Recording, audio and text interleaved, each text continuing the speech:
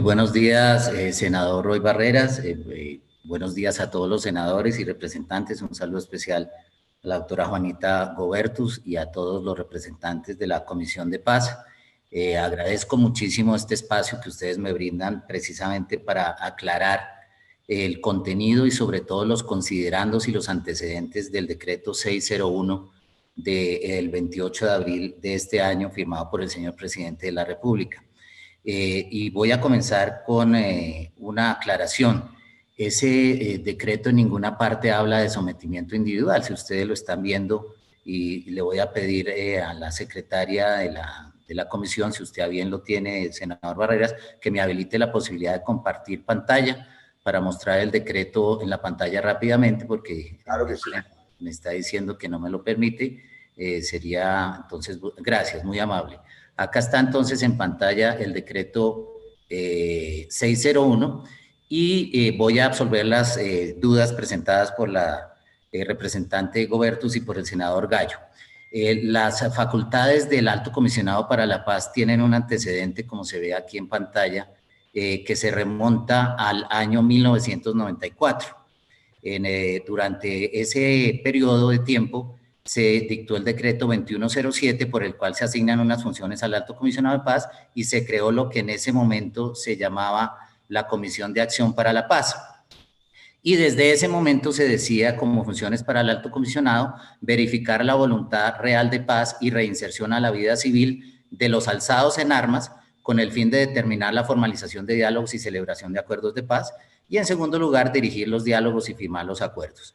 Pues bien, esa facultad desde 1994 se reafirmó en la ley que ustedes ven acá en la parte de arriba de la pantalla y ambos están en los considerandos del decreto, que la ley 434 de 1998 se crea el Consejo Nacional de Paz y se le otorgan al Alto Comisionado las funciones que acabo de leer que venían desde 1994. Tal vez el senador Roy Barrera recordará y algunos de ustedes, en esa época, quien es hoy comisionado de paz y quien les habla, era el secretario de la Comisión Nacional de Conciliación y participé activamente en esa redacción de esa ley 434 porque era muy importante crear de manera permanente una oficina del Alto Comisionado para la Paz. Yo apenas tengo 54 años, pero desde ese momento, desde el año 98, he estado trabajando en estos temas y he estado en contacto también con el ELN, como lo recordarán algunos de ustedes, porque yo era quien visitaba la cárcel de Itagüí para hablar con el Comando Central vía radio, junto con el doctor Álvaro Leiva y con el doctor Augusto Ramírez Ocampo en esas épocas. Entonces, ese decreto que hoy se emite, el 601, tan corto pero tan complejo, como dice la senadora, la representante Gobertus, tiene dos partes en su artículo primero. El Alto Comisionado para la Paz y las personas autorizadas por él deberán verificar la voluntad real de paz y de reinserción a la vida civil. Esas dos funciones vienen entonces desde 1994 y se reiteran. Por eso este es un decreto que toma toda la historia de esta figura del Alto Comisionado para la Paz y reitera esas dos funciones. Importantísimo, y en esto tiene razón la representante Gobertus, no podemos de ninguna manera excluir al ELN. Por eso el ELN en esas dos primeras partes del decreto queda incluido y con eso resuelvo esa duda. Por supuesto que seguiremos insistiendo en buscar la voluntad real de paz del ELN y la voluntad de reinserción a la vida civil, pero también el acuerdo de paz firmado por el gobierno del presidente Santos, en el cual participaron la mayoría de ustedes, y las ahora extintas FARC, incluye en su punto 3.4.1 algo supremamente importante, y es la necesidad de desmantelar los otros grupos armados que continúan activos. En ese sentido, tal vez muchos de ustedes no lo saben, pero yo soy el designado presidencial para el sistema de garantías de seguridad en el ejercicio de la política, que tiene como uno de sus componentes la Comisión Nacional de Garantías de Seguridad, de la cual yo soy el secretario técnico. Y si ustedes revisan el decreto 154 del 2017 que crea esa comisión, le da a esa comisión unas funciones específicas de diseñar e implementar una política de desmantelamiento de los grupos armados que quedan activos en el país. Y el numeral 14 de su artículo de funciones, donde establece las funciones, específicamente ese numeral que está citado también en este decreto, como ustedes lo ven acá, dice textualmente: diseñar políticas para el sometimiento a la justicia de las organizaciones criminales y sus redes de apoyo. ¿Qué quiere decir? El alto comisionado tiene la función, sí, de verificar la voluntad real de paz y de reinserción de grupos armados que encuadran, y aquí respondo con toda claridad a las dudas de la representante Gobertus, que se encuadran dentro del delito político. Y en ese sentido nosotros no podíamos dejar por fuera esa enunciación de voluntad real de paz y reinserción, refiriéndonos al grupo ELN, que se encuadra dentro del delito político. No compartimos que los otros grupos armados organizados, como el Clan del Golfo, ni los Caparros, ni los Pelusos, ni mucho menos las disidencias de las FARC encuadren dentro del delito político. Por eso nosotros hacemos esta distinción y se agrega en el decreto, en la parte final, así como la voluntad real de sometimiento a la justicia de los grupos armados organizados.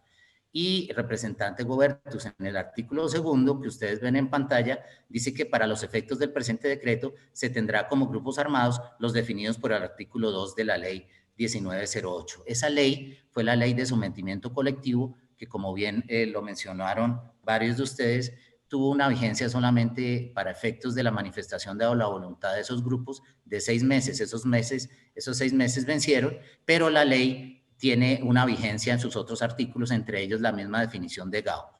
Nosotros respetamos la caracterización que hizo el gobierno del presidente Santos de grupos armados organizados, como muy bien lo mencionó la representante Gobertus. Esa caracterización se hizo inicialmente en febrero de 2011 y ha venido continuando esa caracterización hasta el día de hoy. La última reunión del Consejo de Seguridad Nacional se hizo en abril de este año y caracteriza como grupos armados organizados 5.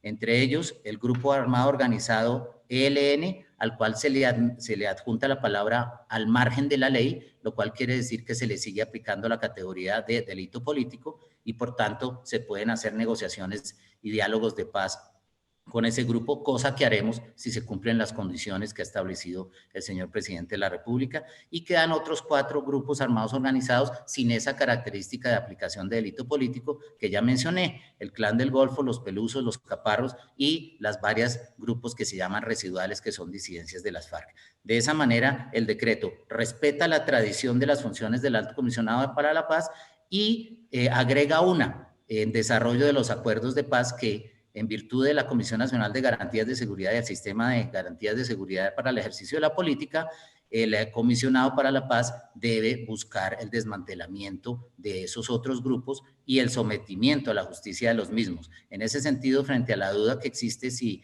es una función de la Fiscalía o no, aquí dice solamente verificar la voluntad real de los grupos. Yo no estoy entrando en materia, o no está entrando el decreto en materia de judicialización. Eso hace parte, y con esto termino esta primera explicación, del borrador de decreto que está ya publicado en la página web del Ministerio de la Justicia y el Derecho.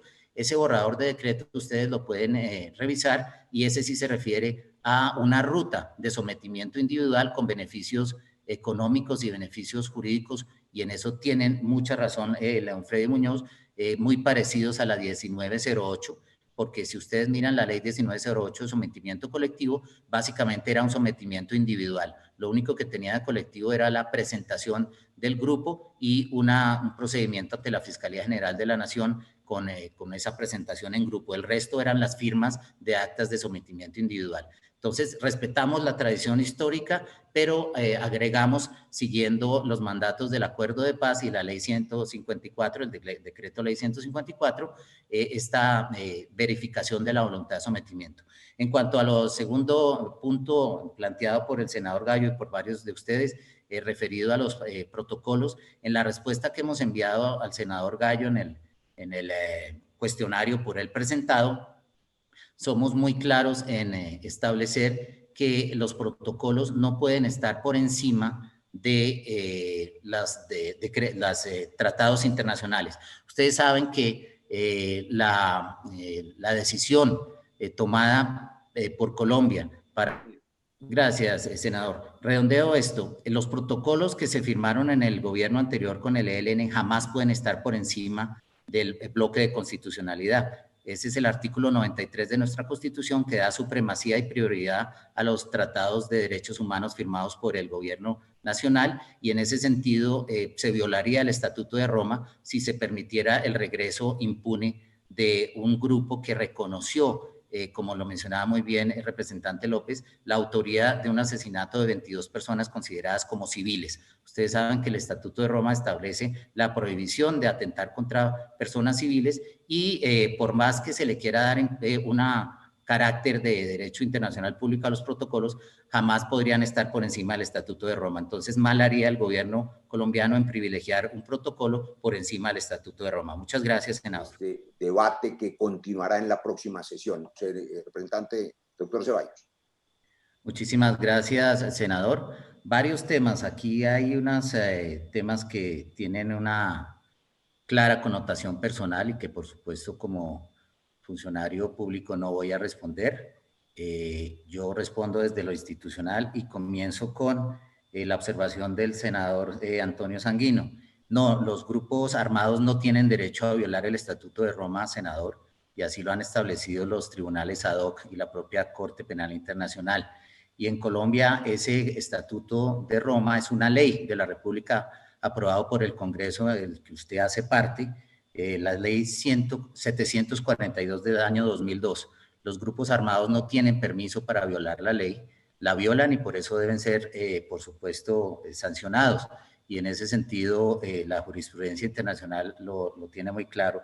Y obviamente la respuesta es no. El Estatuto de Roma debe ser respetado y por eso está por encima de los protocolos que tanto defienden algunos de ustedes, que obviamente protegerían e implicarían, imagínese usted, traer en helicóptero a personas que confesaron y entregarlas a la posibilidad de que vayan a las selvas colombianas y explicarle a las víctimas de estos 22 muchachos y a muchos otros que estas personas quedan libres después de haber confesado un crimen tan atroz como un asesinato de 22 jóvenes, que yo insisto en que ustedes deben recordar.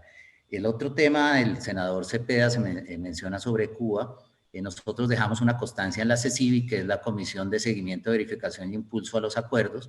Esa constancia también se le envió al señor embajador de Cuba y al señor embajador de Noruega, donde se dice exactamente, y yo le pido al senador Cepeda que revise las grabaciones, donde yo menciono que es un espaldarazo a la solicitud de extradición que hace Colombia insistentemente a Cuba, en virtud de un tratado internacional de extradición que está vigente desde 1932. Como dice el senador John Milton, la respuesta oficial de Cuba aún no llega.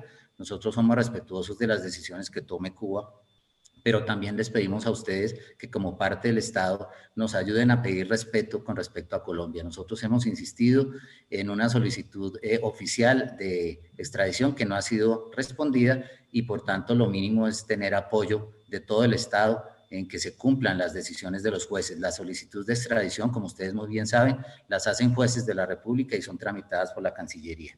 En ese sentido, la única insistencia, y yo no he celebrado absolutamente nada, creo que se volvió un lugar común decir que yo estoy feliz con la introducción en la lista de países que no colaboran en la lucha contra el terrorismo a Cuba. Yo jamás me regocijé, solamente dije que era un respaldo a una solicitud de extradición que está dentro del marco de la Constitución y la ley que todos debemos defender en el Estado.